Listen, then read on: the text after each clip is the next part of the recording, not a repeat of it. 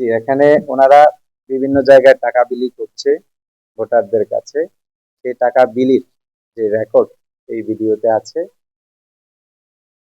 ভোটারদেরকে ওনারা টাকা দিয়ে প্রলোভন দেখিয়ে ওদেরকে বলছে যে ভোট কেন্দ্রে জামাত তোদেরকে কয় টাকা দেয়, আমরা তোদেরকে টাকা দিব, ওদের পক্ষে তোরা কাজ করার প্রয়োজন নেই।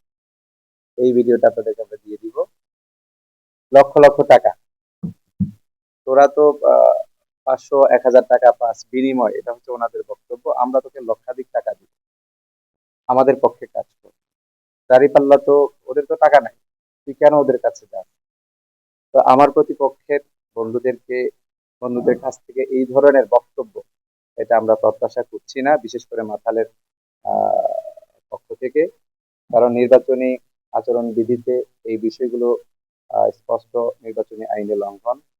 বিশেষ করে এই যে ভদ্রলোক যিনি এই হুমকিটা দিয়েছেন, ওনার নাম হচ্ছে আহ হেলাল ব্যাপারী, পিতার নাম হকসাব, গ্রাম সেলিমাবাদ।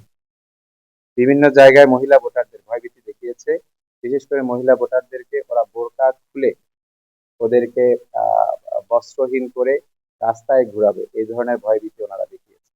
এগুলো স্পষ্টত আমাদের আহ যেই মৌলিক মানবাধিকার, মানবাধিকার পরিপন্থী কাজ।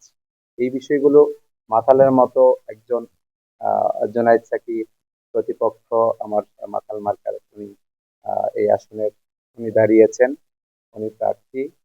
তো আমরা স্বাধীনভাবে ভোটাররা ভোট কেন্দ্রে যাবে, এটা আমরা প্রশাসনের কাছে দাবি জানাই। এই ধরনের যে হুমকি ধামকি গুলো দেয়া হচ্ছে, যেটা খুবই আপত্তিকর। আমরা জানি আহ, সাকিব ভাই মানবাধিকার নিয়ে কাজ করেন, আহ, তাহলে এখানে মানবাধিকার রইল কোথায়? নারী অধিকার নিয়ে উনি কথা বলেন, নারীদের সম্মান রইল কোথায়?